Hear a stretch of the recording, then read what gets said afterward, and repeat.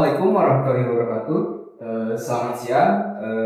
Saya Adrian Fauzan dengan rekan-rekan saya Muhammad Rizky Indriam dan Markus Zombi.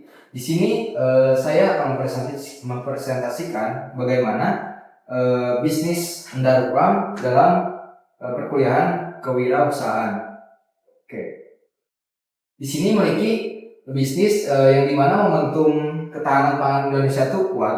Indonesia sedang mendorong swasembada pangan dan juga kebutuhan distribusi bahan pangan yang semakin tinggi, yang dimana kita ketahui program MBG seperti makanan bergizi gratis dari pemerintah untuk anak sekolah dan juga anak-anak yang kurang mampu.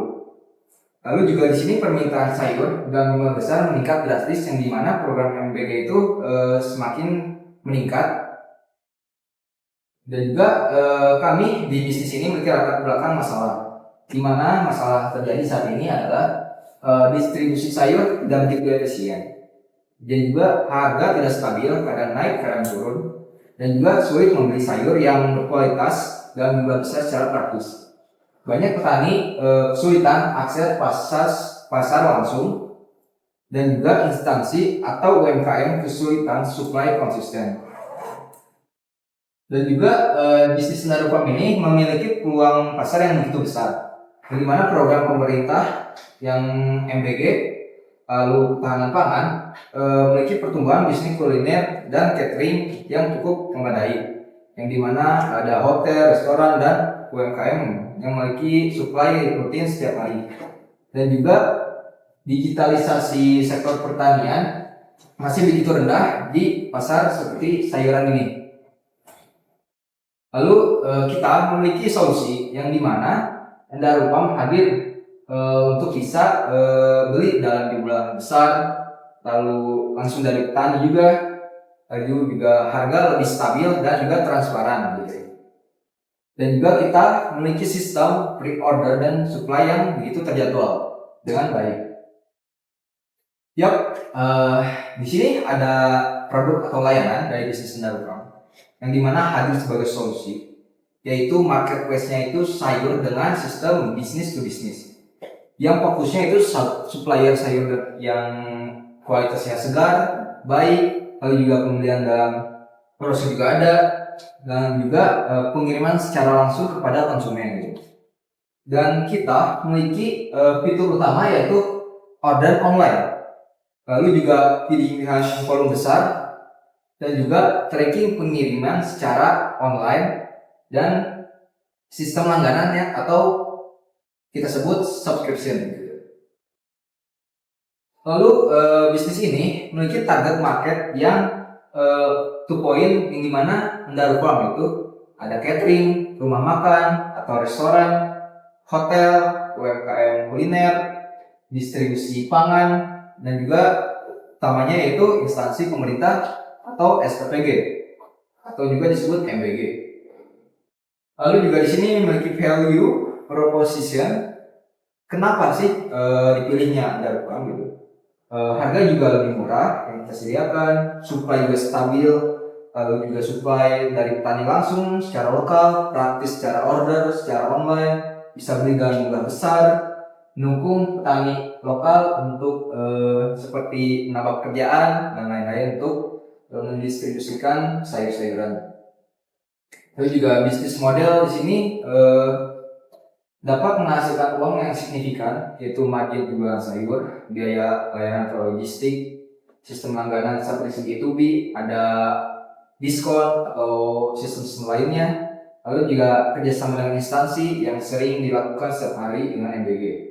Lalu juga supply chain, di mana kita memiliki alur distribusi, yaitu dari petani lokal ke Narufarm bisnis, lalu juga gudang atau sorting, yang dimana kita filter sayur-sayurannya yang baik dan buruk. Yang buruk bisa kita pergunakan buat sapi, kambing, dan lain-lain. Juga yang baiknya bisa kita konsumsi untuk anak-anak MBG atau sekolah gitu. Dan juga konsumennya itu bisnis to bisnis, dimana keunggulannya melakukan rantai distribusi panjang, lebih cepat, dan juga efisien untuk waktu.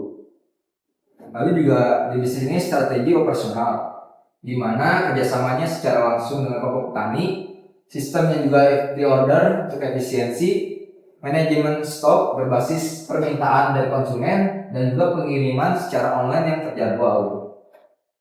Strategi marketing pastinya ada sosial media seperti Instagram, TikTok, Facebook, dan banyak ads lainnya gitu. Lalu juga ada edukasi petani atau UMKM, terus ada kerjasama dengan catering atau restoran, lalu juga branding sebagai sayur grosir online. Nah, dampak sosial dari bisnis itu apa sih gitu? Rupa tidak hanya bisnis, tapi juga meningkatkan kesejahteraan untuk petani gitu. Kesejahteraan untuk petani, mendapatkan penghasilan, mendapatkan pekerjaan, mendukung program swasembada pangan, menstabilkan harga pasar, dan juga mendukung program MBG yang efisien setiap hari dilakukan gitu, untuk anak-anak Indonesia. Lalu juga di sini ada analisis SWOT gitu, di mana mungkin strength, kekuatan itu model bisnis langsung dari petani agar lebih kompetitif, dan juga fokus pada pembelian skala besar B2B niche, dan juga mendukung program swasembada pangan dan MBG, dan sistem digital dari bisnis Garupan ini lebih praktis dan juga efisien. Namun dari bisnis tentunya memiliki kelemahan ya, seperti ketergantungan pada suplai petani, bisa juga tergantung musim, ada yang melemah, menguat, juga perlu manajemen logistik yang kuat, brand awareness masih rendah, atau bisnisnya juga risiko produk cepat rusak.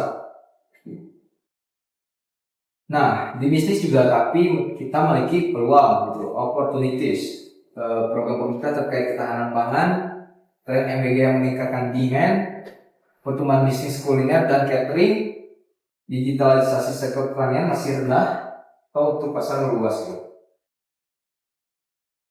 Dan juga bisnis tentunya memiliki ancaman seperti kompetitor marketplace bahan pangan seperti apa gitu. Lalu juga fluktuasi harga sayur yang bisa naik turun, cuaca dan gagal panen, bisa hujan-hujan terus atau kemarau terus yang membuat sayur gagal panen. Lalu juga ada masalah distribusi atau logistik yang tidak memadai. Lalu juga Garupa ini bisa disebut sebagai solusi masa depan distribusi sayur untuk konsumen, yang dimana efisiensi, terjangkau, dan berkelanjutan dari petani untuk Indonesia, dari petani untuk anak-anak MBG lainnya. Terima kasih. Ya, sekian dari saya penjelasan dari bisnis Garupa ini. Mohon maaf bila ada kesalahan kata. Assalamualaikum warahmatullahi wabarakatuh.